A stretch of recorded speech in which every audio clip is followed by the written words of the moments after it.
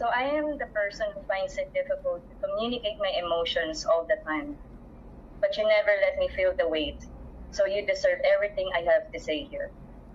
I am also thankful for being my bravery and voice in everything. So let me say it. I will marry you because I adore you. Not because I want anything from you, but rather I have an inexplicable desire to love you without conditions. Unconditional love means that I will always support you as long as you are happy as an individual and to believe in all. The love that you gave sure, calm, light, and strong. More adventures for us and to share our happiness with the people around us. And Ashley, I'm glad that you are my endgame. I love you. Aww.